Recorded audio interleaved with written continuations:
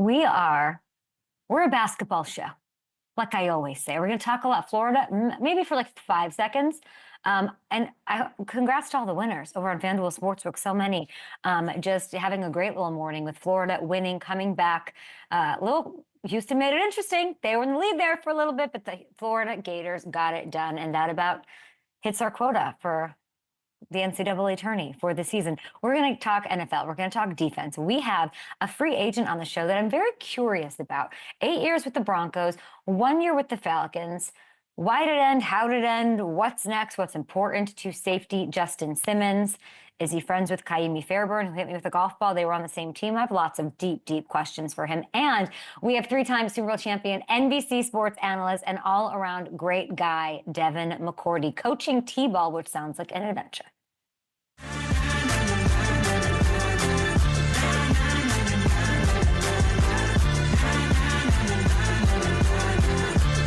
Thrilling natty last night. Matthew Hamilton, as you joined me on Zoom this morning, I am in Phoenix, Arizona. I want to inform, as we are a basketball show, I'm going to have the best day. In fact, I'm going to say this. Today is going to be a top 3 sports memory for me. I'm going to manifest and put that out there. Yeah. And this is going to, and I'm an NFL girly. It's going to blow my Super Bowl experience out of the water. I had a bad Super Bowl day, right? This is like, I'm thriving. I'm in Arizona. It is absolutely gorgeous. And I'm going to the Suns Warriors game. And I am bringing someone, and it's my dad. And my Chester is here. He flew in from Chicago. He's on one. I can't even freaking tell you. I cannot. He's so excited. We randomly in town saw a couple of Warriors. He knew who they were when I didn't, and it was a whole thing. And by the end of it, they're dapping him up, and everyone loves Chester. They're taking selfies with him. Yeah. Yeah. By the end of it, they will be. But he's, and it's funny because I've never really seen fandom in my father, and I'm sure people out on Twitter and watching on YouTube and FanDuel Sports Network can relate. Maybe people in the industry, that's cool that's that person. But my dad's like a fan who I would hate if he wasn't my dad, I think. And I'm learning that about him so many years later, because I think the only sporting event we've ever attended together, we never went to an NFL game together. It literally was 94. There was a friendly before the World Cup in Chicago, and we went to that, and he was geeking about that, but I was I was young and I didn't get it. So I've never really seen Chester Unleashed, Chester Unchained over here, seeing Steph Curry. I have a feeling he's going to be yelling. I love that for him. Let him enjoy it. Let him live his best life with all this stuff. It's such a cool experience for him. I don't even think he understands. I don't think he knows. I think we have awesome seats. I think seats that he's never even thought of or dreamt of. So it's going to be an absolute blast. And it's going to be a top 3 sports moment for me. Was the Natty great for you? Was it, it was a great game. At least we had that, right? Yeah, we love when things come down to the wire, and, didn't have a strong rooting interest either way. It was one of those, I just want to see a great game, and we got one. Oh, I think FanDuel customers had a rooting interest up and out the wazoo all night, and congrats. Oh yeah. And if it didn't work out for you, listen, I'm going to do a first basket situation for tonight's Suns Warriors game. I have the energy, it's all going my way today. So I would follow along, get back on FanDuel Sportsbook, and get back on that horse. So yeah, congrats. Florida, they were plus 390. We have the numbers to win the whole thing. Wow. And they were plus 6,000 if you took them before the season started. So I want to know who those people are. I want to see the bet slips. Let me read it and weep, please. And send them over to our show. And of course, tag at FD Sportsbook as well. Okay. Yes, I'm here for some business. Suns Warriors tonight. I'm gonna call my shots here. I promise my dad will embarrass me. I promise I'll allow him to embarrass me. I promise I'll end up having to go up to some player and ask them for something. And I promise I'm going to try to make it onto the broadcast some way, somehow. So just check it out tonight. And thanks, of course, FanDuel, insane. And the Suns, incredible for making this all happen. KD is not playing. That is the dark cloud in this perfect, cloudless. I think KD is the best player in the NBA. He's our GOAT here as a program. He's part of the FanDuel fam. But we thought we'd have some fun with FanDuel, even though he's not playing. We're going to go heavy Suns. Heavy Suns. I'm here to lift it all, and we're going to just ride the vibes here. I think Devin Booker, who, by the way, is like on fire right now, plus 480, okay? He's been averaging just under 40 points a game over the last 3. I've been studying my hoops. People, I did it on the entire plane ride. I think it's going to be Devin Booker. Or I could get convinced to go with a longer shot, rookie Ryan Dunn. Okay, we're talking first basket over on FanDuel Sportsbook. So Ryan Dunn, what are his odds, Ham? They're plus 1,000 right now. The reason I would pick, stay tuned to my socials to see who I go with. They have like the kiosks at this at the arena tonight. Like I can put the bet in there, which I've never done. I've never done that. I might have to get, I don't even know if I can use an ATM properly, but I can't be hard, right? No, you can. It's pretty easy. I remember using it there. Darius Butler and I were actually. He was putting in some NBA bets when we were there after the Super Bowl a couple of years ago. I was busy doing a show, but now I'm here for all fun. I just remember Kevin telling us a lot of good things to say about the rookie Ryan Dunn months and months and months ago. So I will drop my pick. I want to hear you guys convince me on who to place that bet on tonight. Maybe I'll teach Chester how to dabble. Okay. As far as the NFL is concerned, and we should go there because there is stuff going on. So grateful for Devin McCourty's time today. So grateful for Justin Simmons' time today. I think we sort of want to get in his head as he's navigating what is going on with free agency and his thoughts as a guy who's going to go into his, I believe, 10th year in the NFL somewhere, and hopefully to a contender. There was some movement. This was, Hamilton was all over this. FanDuel Sportsbook, as we were looking at our NBA first basket for tonight's Suns-Warriors game, we noticed over the past few days, the winds are changing. The Chiefs have fallen behind the Ravens and Bills in regards to taking the AFC. They're plus 410. KC, as we know, taking some hits this offseason. They trade away Tooney. They lose Justin Reed, some other key pieces. Charles, our friend from Houston, they have to settle the left tackle situation, and we're not like feeling super great about that. But I'm just going to ask the world, are we really going to do this? Are we going to do this coming off a 15-win season? 3 straight AFC championship wins. The news yesterday that Rice cleared to run routes. I feel like people forget that they did not have Hollywood Brown for most of last year. The focus is so much right now on, KC doesn't have it. Well, here's the pieces that they're missing. Do we just are we insane?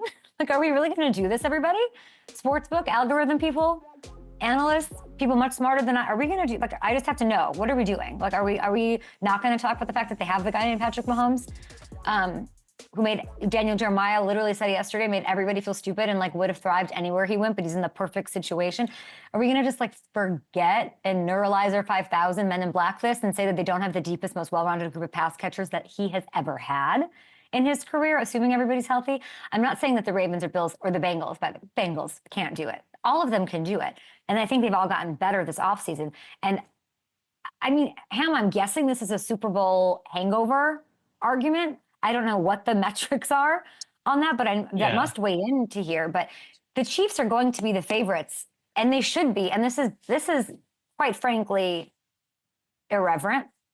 It's a little probably irresponsible. And I also think it's stupid because I think, and I'm hoping they see this and say, oh, okay, bet. And here we go on a revenge tour. Everyone's hair is on fire. Let's go. You have to take them out for me to be convinced that they're not the favorites on FanDuel Sportsbook. So FanDuel Sportsbook, I just gave you a lot of love, but trash odds. Yeah, no, the hangover part of it, you feel like that has to maybe factor in a little bit. The last time they lost a Super Bowl to the Bucs, they ended up losing in the AFC Championship to the Bengals that next year, but they still were there.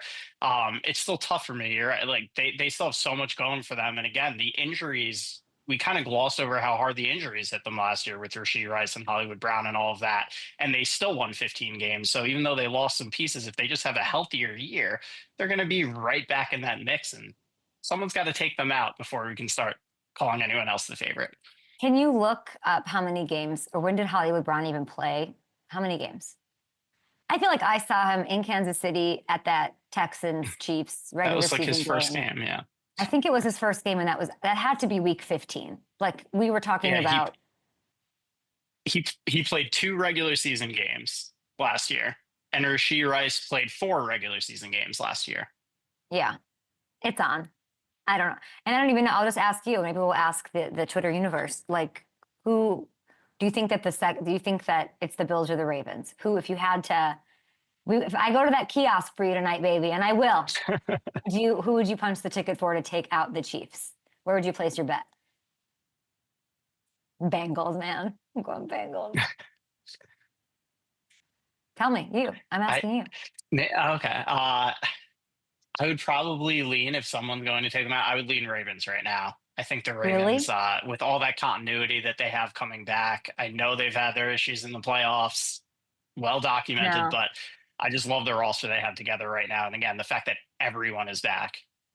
And their defense, you mentioned on the morning call this morning, their defense looked so incredible down the stretch.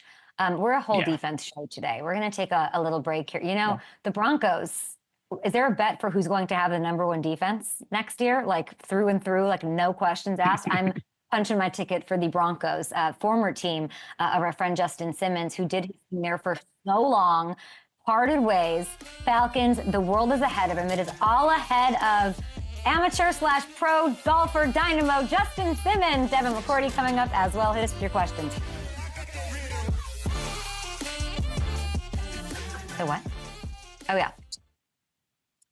Well, Ham, there's this other thing with Cam, right? So there's if Hamilton, you know, death taxes and, you know, Hamilton Reed, death taxes and Hamilton keeps tabs on, or you get an alert or something when the winds change over on FanDuel Sportsbook. This was interesting. He pointed it out to me and then did a lot of work on this. So Ham, thank you. So Cam Ward, the overwhelming favorite, as we know, they're canceling workouts. Like he's what is it, minus 20,000? Yeah, minus 20,000 to be the #1 overall pick right now. Makes sense. Travis Hunter, he's taken over as the favorite to go 2nd overall. And that's, of course, currently where the Browns are slated to go. Abdul Carter, shortest odds to be the third player off the board on FanDuel Sportsbook. That's where the Giants are picking. I think I have that right. And then this is the first time with these wins changing that Shedeur Sanders is not the favorite for one of the top 3 picks. Is this how it'll stay? Where should Shedeur go? Where will he go? The Saints, by the way, yesterday, they picked 9th overall. They became the odds-on favorite to land him for the first time since the process began, which is interesting. You read the tea leaves, I don't know. Read the algorithm, I don't know. Abacuses galore, I don't know. I like it for New Orleans, Ham. I'm down for that. Can you imagine? Yeah, I think this is an ideal situation for them to get a quarterback of the future. You know, obviously they still have Derek Carr there, but get Shedeur in that building, get your quarterback of the future that they've been searching for since Breeze left. I like the weapons. Chris Olave, that's the #1 wide receiver. You cannot tell me differently. Then you got, you know, obviously Kellen, a little offensive-minded guy. I don't know.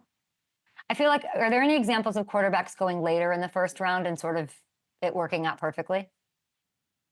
Yeah, I mean, we saw Rodgers slip, and obviously that ended up being a great situation. Lamar Jackson, Bo Nix last year going middle of the first round. So, yeah, I mean, a lot of the time when you end up slipping or going a little bit past when people thought you were going to go, you end up in a better situation. Shedeur to the Saints is sexy. I don't know if their team sees it that way, but I like it. And if you're the Saints, I mean, hello, you're getting the most accurate passer in college history, right? He can handle the spotlight. I still don't get the padded passes thing. I don't want to know. But that's it. You are inheriting your long-term answer at the most premier position on the field. So Saints fans, do we want Shedeur?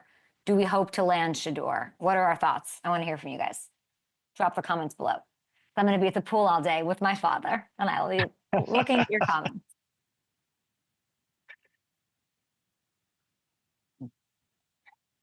Thank you. And intercepted! Justin Simmons! It's intercepted! Justin Simmons! Unbelievable Justin Simmons! Unbelievable Justin Simmons. That has to be just the perfect way to bring you in. I don't even have to mention you're a 2-time Pro Bowler, 4-time second team All-Pro safety. It's just incredible Justin Simmons. Hey, how you doing? So good to be back. It's so good to see you, and we're not melting like we were in Mayakoba a couple weeks ago. We're not melting. That's right. Hey, I was going to ask, how are Yeah. you doing? How's the I mean, recovery? I I wasn't ready for that question. My bad. My I feel bad. like I have like brain fog. If you ask anybody that works with me on my show, I think that they would all, if you subpoenaed them, they would all say I have brain fog. I can't concentrate. Of course, Justin Simmons, the great Justin Simmons, referring to a member of his team at the NFL PA Classic, Kaimi Fairborn, pelting me with a golf ball in a way that I don't think I'll ever emotionally or mentally recover from, Justin. Or here's my question to you: have you deleted and blocked him? Like, you're not friends with this coward, are you? Oh, coward is a strong word. Amy's a good Scoundrel. dude. Amy's a good dude. He felt so bad. If only he could have heard him when we were putting, and then continuing to play the rest of the day, and then even meeting up later to hang out. He felt terrible. He felt terrible. He has a lot of charisma, that one that I was not ready for. He's got some swagger to him. Like he gave me his glove, he signed it. I was like, who are you? What is this? I like him a Yeah, lot. yeah. Yeah, He has. Yeah, who it's is? that like Islander Hawaiian vibe to him. He's a great dude. Yeah, but enough about him and enough about me and my 9-year lawsuit that's pending. Did you watch last night, by the way? You're a Florida guy. I did. I did watch last night. That was an exciting game. Part of me feels bad. I wasn't necessarily cheering for anybody. Part of me feels Mhm. bad for Houston. I felt like they lost it more than Florida won it. But congrats to Florida because they held on. They kept it close when they needed to and found a way to win. I love that. Also, you have a lot going on in your life. Happy anniversary, 9 years. What is the secret? And congrats to you and Taryn. 9 years. Yeah. Thank you so much. What is the secret? There's so much. I think the number one thing I've learned over the years is as long as you guys are committed to each other, the rest of it will take care of itself. And, every couple's going to have their things, but just finding a way to stay committed and doing the hard things, putting in the work, just like anything in life, right? So it's been a Yeah. blessing and looking for many more. I'm going to bring my producer Hamilton in here if he's around. Hamilton, he went right to commitment and how you just got to stay in it. So, like, did you plant that with Justin? Did you text him to say that, Matthew, is the thing? You can't get out of it. I don't know, he's probably running around somewhere. He's not. Oh, like, that's like the one thing to tell me that I'm like, yeah, it doesn't sound that great. Yeah, your biggest fear. Yeah. Yeah. That golf balls and alligators on the golf course. That's what it is. We're so excited to have you. We're watching these highlights this morning on our morning call, Hamilton and I. And I think I said, like, let's like what makes Justin so special, and all the producers are like ball hawking skills. It is what has always, Justin, set you apart. You are tied. Do you know this, that you're tied for 4th on the active interceptions list? Right for fourth. No, I did not know that. It's an impressive group right there. All Pro Bowl players. So it's an impressive group to be a part of. How much do what do you think when you see this? Like, how much do you think about your place on these lists as you navigate your future? Yeah, this is like I said, my first interaction is that's impressive. All guys that I've obviously looked up to at some point, right? Like Steph winning the Defensive Player of the Year. Gibson's been doing it for a long time. I've always admired his game from afar. Harrison Smith, I think, and Tyron have to be the most consistent veterans that I've seen in the league. And a lot of my game is modeled, not like directly off how they play, but just how they carry themselves and how they go about the game. Because it's all about the ball. And those guys obviously have always been top, as you can see on the list, top of the game at that. So that's an impressive list to be a part of. And hopefully I can keep adding to that number. I mean, you're the youngest on this list, and you're 5 away from catching Harrison Smith. So I love that for you. Yeah, I love that too. And he's a great dude. Obviously, I had a chance to catch up with him, a little bit at the PA Classic, but we've kept in touch just a little bit over the years. And like I said, really admired his game, and he's been doing it for a long, long time. Hard to stay with the team for that long. Yeah, and he does it quietly too. I feel like the way that he handles it. What you just segued to it. I was thinking about this morning, like, you're there with Denver for 8 years. I remember like what Coach Payton said at the podium. Like, he literally said it was one of the toughest things he had to do, or the business of it. Like, it was hard for him. And then you go to the Falcons. Like, when you look at it now, What has that been like? What was it like playing for a different team after what you said is hard to do and rare and not in your control in playing for one team? Yeah, there was a lot of challenges. I think football aside, like with football, going to a new team, uh, playing for a team for a while like Denver, and then going to Atlanta. Atlanta already has established veteran leadership, right? Guys like Grady, guys like Jesse Bates, Caden Ellis, and like there's just so many guys there that have done things really well at a high level. AJ Terrell. And so a part of you is like, I know I can bring great leadership qualities to this team, but you also don't want to overstep, especially signing a 1-year deal. You just don't know, like, you're trying to figure everyone out. I missed all of OTAs. I missed a little bit of training camp. And so the first couple of weeks, man, just building that rapport with your teammates, letting them know like, hey, there's no ego here, on both ends of it, right? Like we just want to win. We want to come together for a common goal to like, turn this thing around and go win some football games and get into the playoffs, give ourself a chance to go to the dance. Right. And it's always difficult, getting a bunch of guys, like a bunch of alphas to come together and to play selflessly. It's always a difficult thing to do, but Ra's doing a great job there in Atlanta. And I think that team's going to be really, really, really good for a lot of years.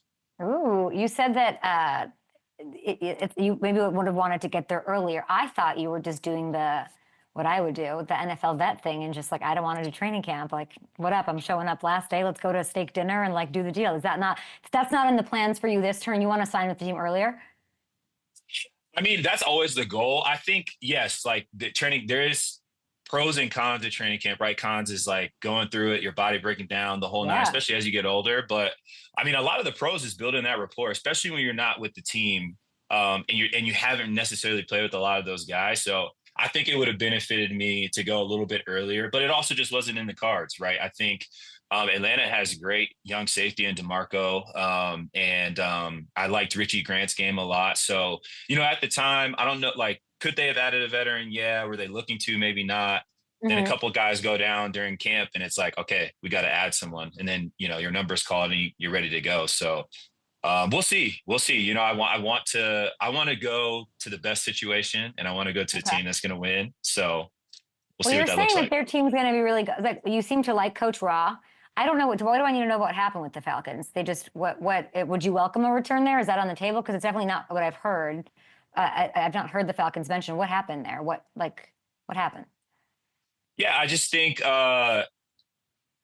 things were handled differently. At the end of the day, I think highly of Ra and Terry and Arthur, and I think the organization is top notch. I do think they're going to be great. I think Michael Penix is the real deal. Going up against him in practice and having the chance to compete against him, talked a little bit to him about like what he's seeing, how he's making these throws, things like that. Like, still trying to get myself better. And obviously, like, he's asking questions too. Getting a chance to work with Jesse was great, right? And I got another guy that a little younger, but I think has been playing lights out the last couple of years. And I just think, like, it was a 1-year thing.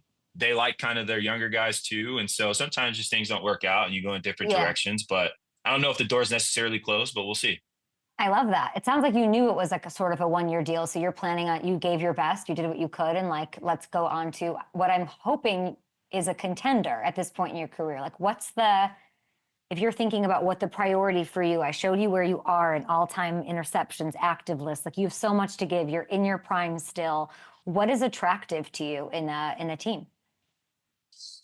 Yeah, like I said earlier, like, really the only attractiveness is a team that's going to give themselves a chance to go to the playoffs and go win, right? Like, as much as I'll always be a Denver Bronco, I know the 8 years that I was there were rough, and not having a playoff appearance, especially coming off that Super Bowl win that they had, choosing Atlanta, thinking there was a shot there in the division. Baker and Tampa have been doing really well in that division for a while. And so going to Atlanta thinking there was a chance there to make something special happen. But I said in a podcast maybe a couple of weeks ago, maybe a month ago, but, teams like Buffalo, Philly, Cincinnati, like teams like that have always been in the mix. And obviously Philly just winning it last year. Yeah. It'd be special. I've heard a lot of Philly out of you. What about the Commanders? Would you be interested in them?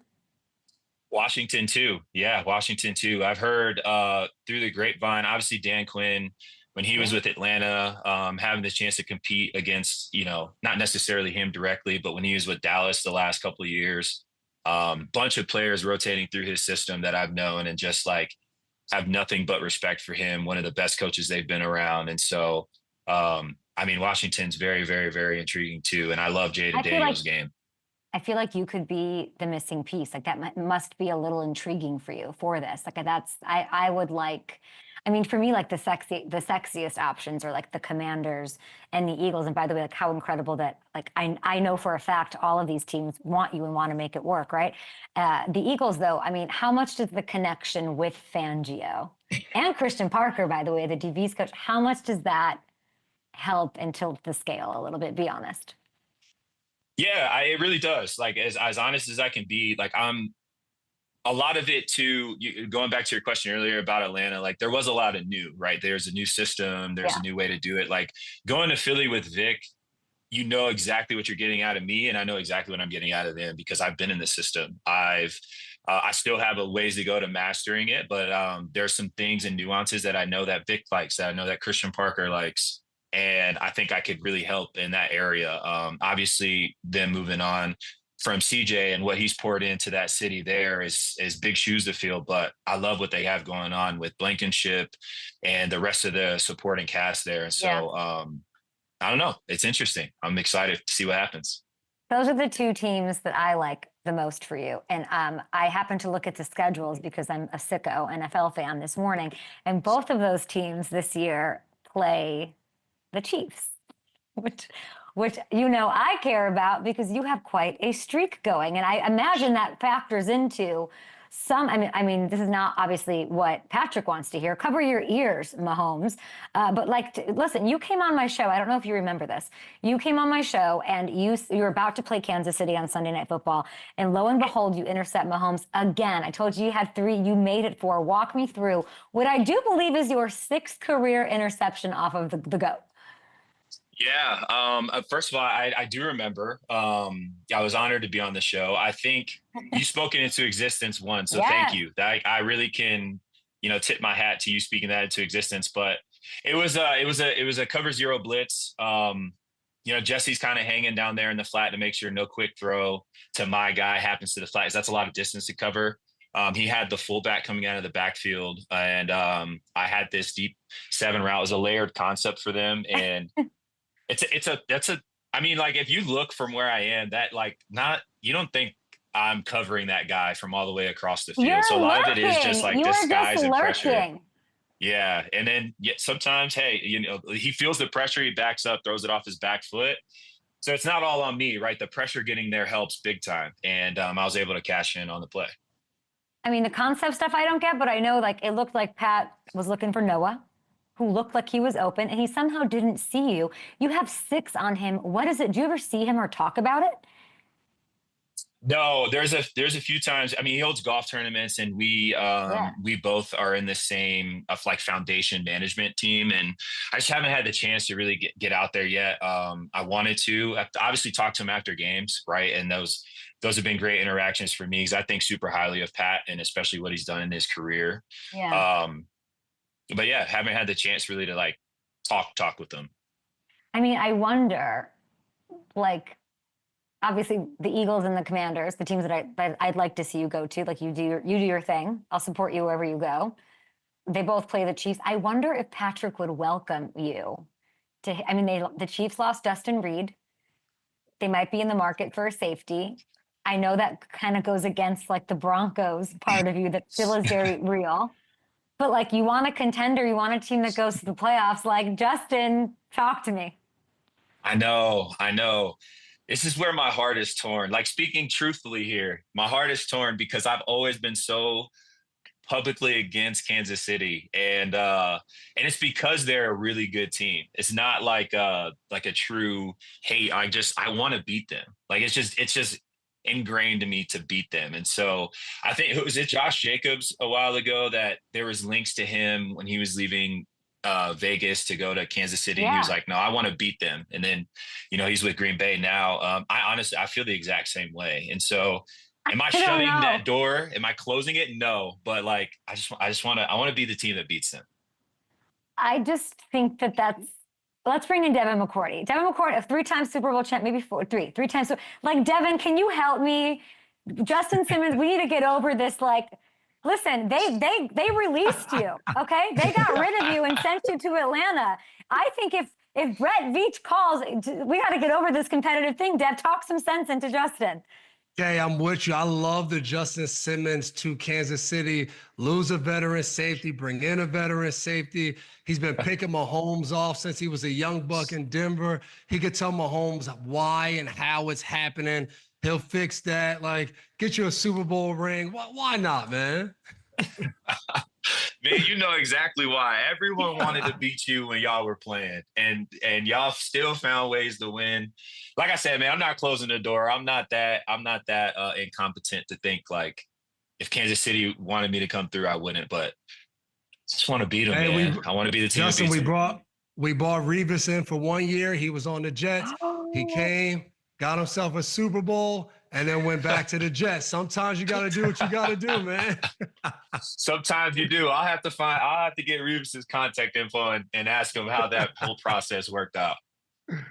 Okay, we're gonna take a short break here. I could listen. I mean, he just did my job for me. Devin and I used to host a show together, and he's doing it right now. We love it. We love the defensive side. Well, Devin, where would you like to see outside of Kansas City? I was saying Eagles. He has the Vic Fangio connection, but I kind of like, and you played Jaden, you like Jaden's game. I'd like to see him be the little missing piece with the Commanders too. Where would you put Justin Simmons, who wants a contender, and we know what he'll add to that team? I'm not going to think too far out the box. I had to play against him when he was in that Vic Fangio defense.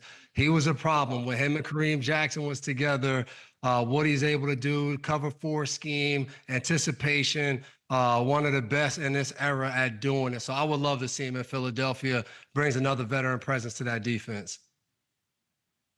Justin? Did you know Oh, sorry. Go ahead. Did you know you'd be on a free agency intervention / dating show today? Did you think that was going to happen? I had no idea, actually. Yeah, from Mayakoba to success in marriage, somewhat, and then going to the free agency spiel. But that's my OG right there. Yeah. So I have to listen to what he's saying. I would say I'm surprised Devin's not saying go to the Patriots. Nah, my man, he's too old to go. He's too old to go through that loser right now, man. He gotta go get some wins. My guys aren't ready for that yet. Oh no. Justin, we'll let you go. I didn't mention the one thing we talked about everything today. You're right. My lawsuit, everything. The Justin Simmons Foundation. I'm so honored to talk to 2 guys who do so much on and off the field. Devin and your career, we'll talk to what you do with sickle cell. But you have your foundation, which you kind of mentioned that you and Patrick have the same people. What do you have going on with that soon?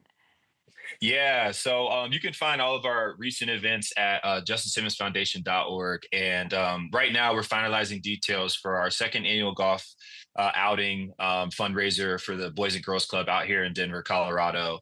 And then we also, I'm doing, I think it's my 4th annual camp in South Florida, where I'm from, back in my high school, to give back to those kids there. And both of those will be happening sometime in mid to late June. So yeah, look forward to those details coming soon. I appreciate you for asking.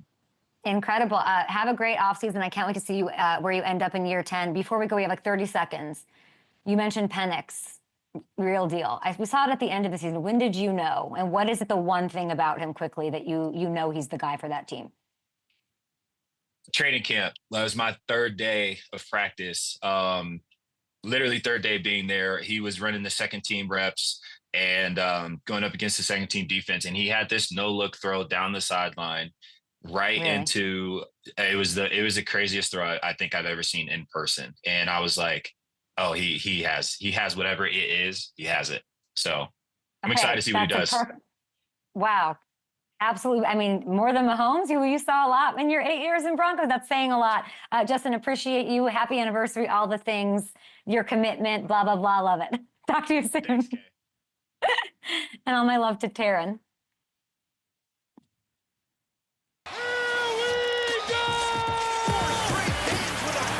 Knocked away by Devin McCourty. Obviously, he's a talented player. He's always been. Intercepted by Devin McCourty. If you want to be champion, whoever's on that other side, we got a domination. Here he is, three-time Super Bowl champion, analyst on NBC's Football Night in America, Devin McCourty. And I guess we're adding T-ball coach to your resume. That sounds like a real adventure. I'm not T-ball, I'm kickball. I haven't graduated to T-ball yet. So, and I only did it for my 3-year-old to play. And our first day, he went crying and didn't even play. So he made me look bad. We're working on him. He's a work in progress. What are you doing here? Didn't your birthday just pass? You don't go on vacation the whole time and just skip this? What are we doing? What a flex! What a flex! Are you ready? I was in Mexico weirdly with Justin Simmons at the NFL Classic, and then I'm actually in Phoenix. Right now, I'm going to the Suns-Warriors game. So I'm living my best life. Don't you worry. Hardest working woman in America. Happy belated, Kay. Not at all. Not at all. I can't believe that Hamilton, like, you're just like setting me up for failure today, saying we had a whole thing about how you're a T-ball coach. Hamilton, you're fired. Jail. Well, Jay's gonna get mad. Hammer's his guy. Like he loves Hammer. He's talking to me all the time when they were on Good Morning Football together. He's from New Rochelle, and we talk football and blah blah blah. But like nobody cares about all that. Hammer, you not around anymore? Like Hammer just literally like leaves. He like the show starts and he freaking there. Come on. I'm not throwing people under the bus here. I'm not doing that. But yeah, we'll get better. We'll get better until next time. I'm sorry, Devin.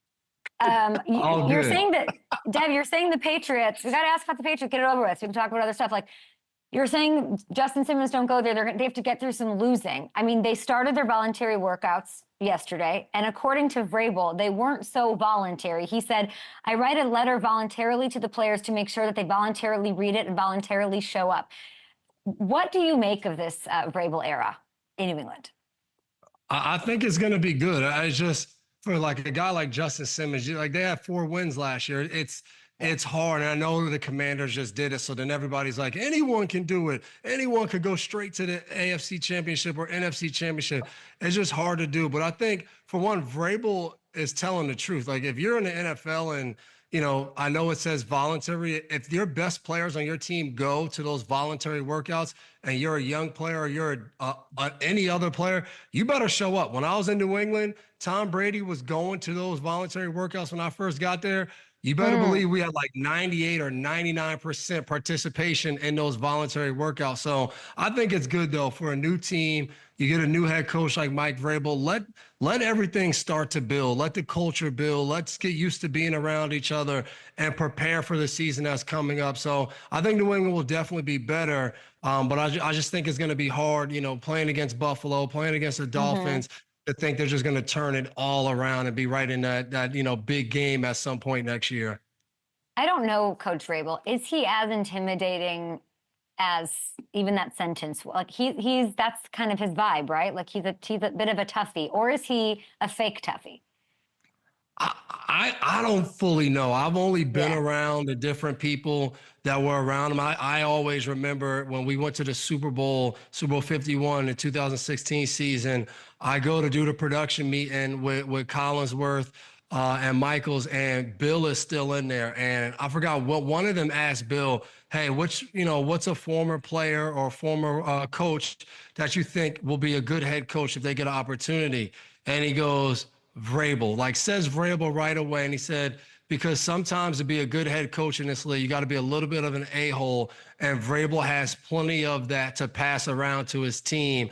And that's why I think he'll be a head coach. And I think that's what he's going to bring to New England. You see that when he's talking about the voluntary workouts. I think the players are going to see that he could be tough. But I think he also has a little bit of the mentality of, hey, I've been there before. I've been a player. I understand what you're going through. I'm going to throw you a bone here and there, but they're going to be a hard-nosed football team.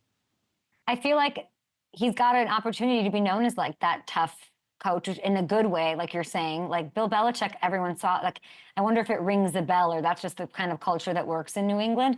But Bill, I don't know, Bill's I don't look at him like the toughie that he was anymore. Like he's sort of changed. Like I look at him differently. I really do.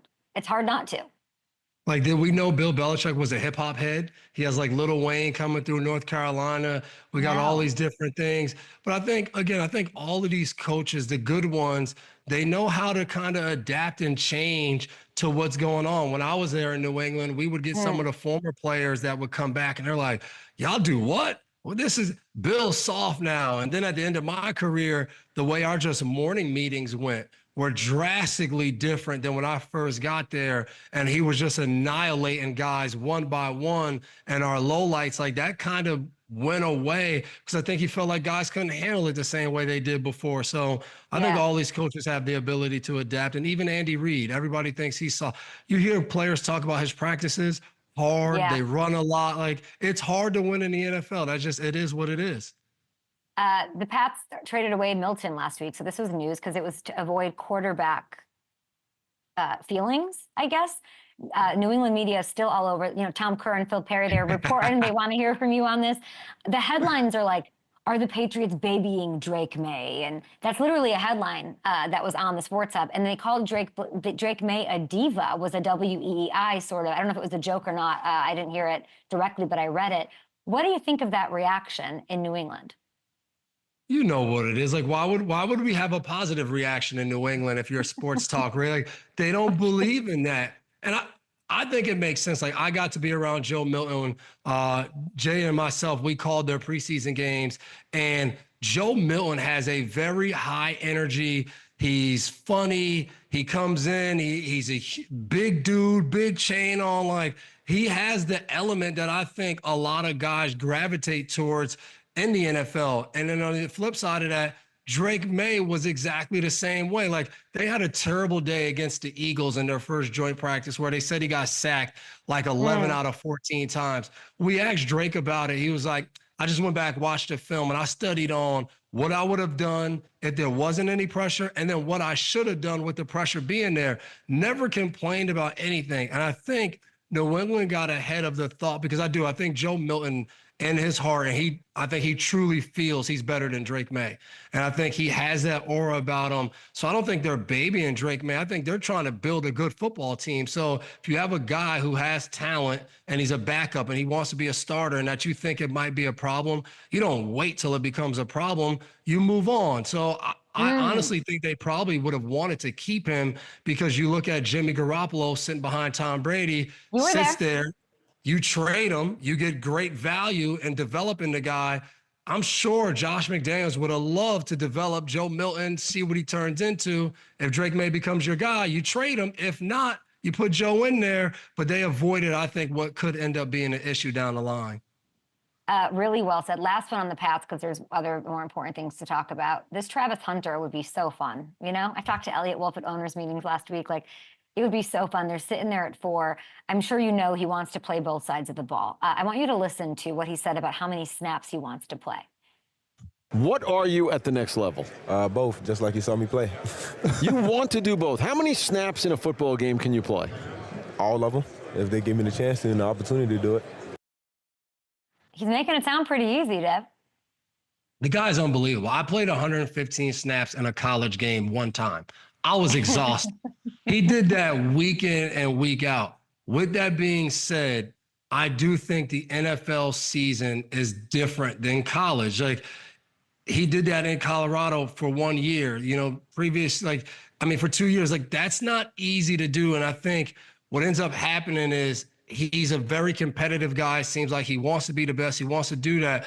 But overall, when you think about the longevity of your career, what you want to do, I think for him, it's going to make more sense to play one side of the ball primarily.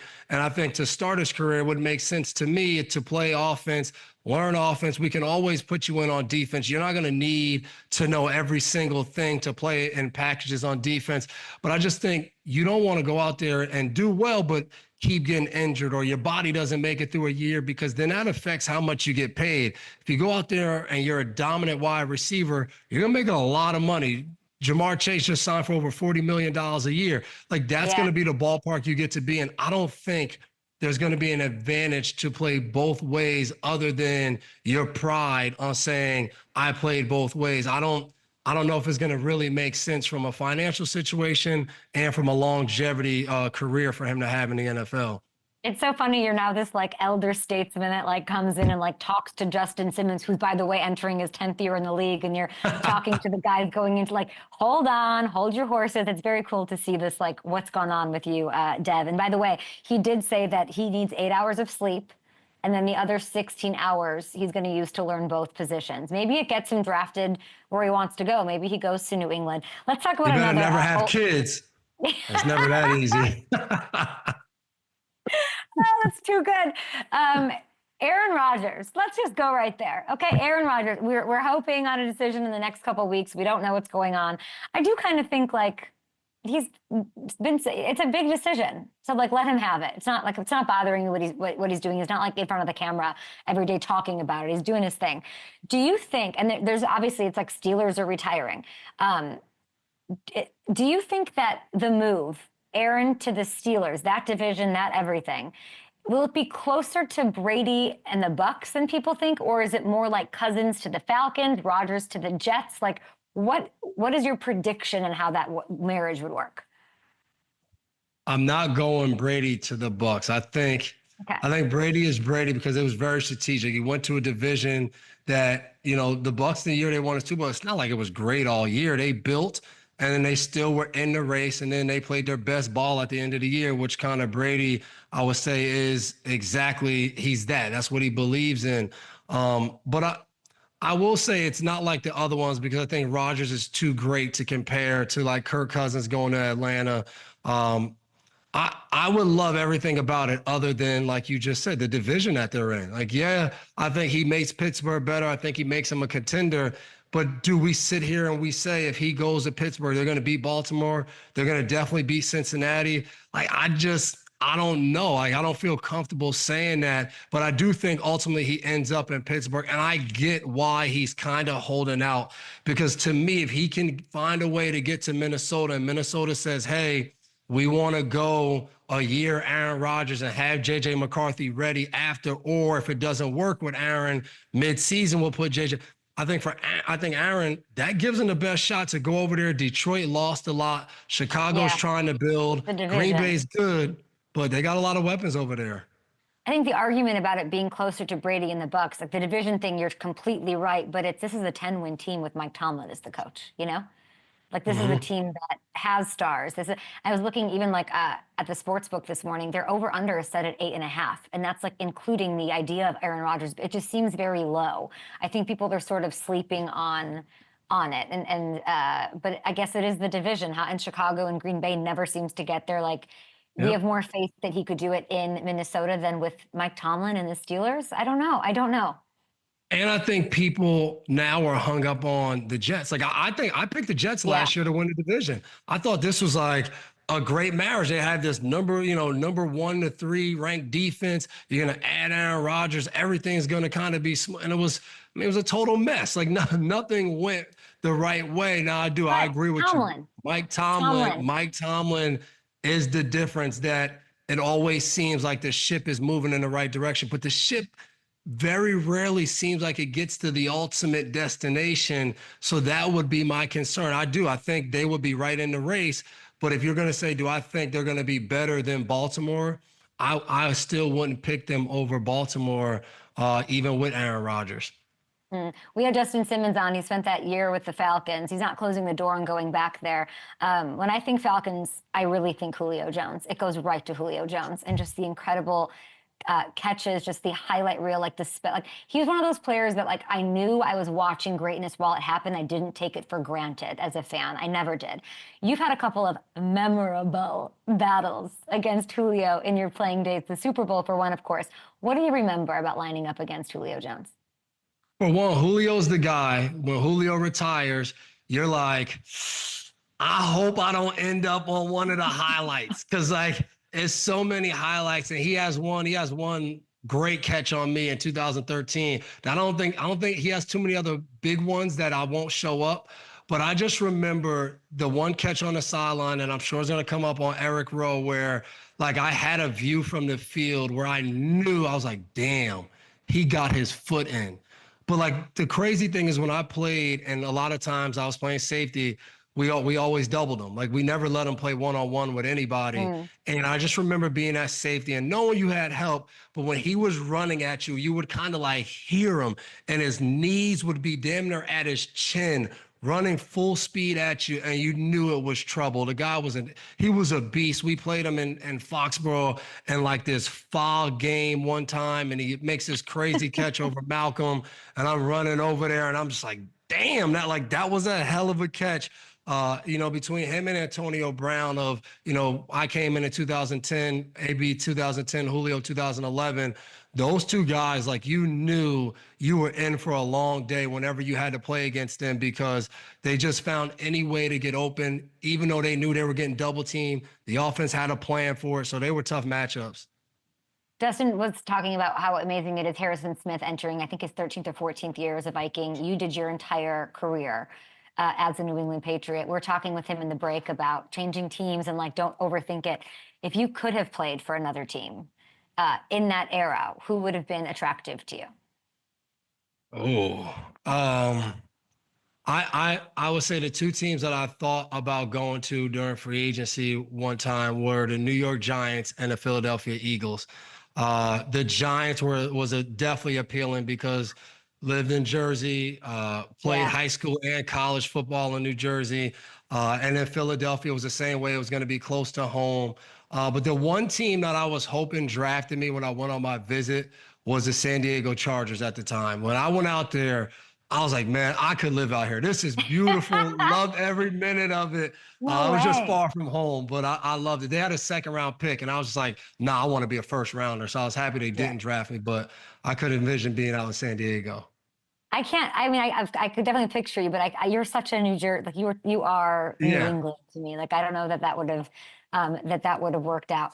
Last one for you. Tom Brady brings in spy tech. What do you think he's like right now?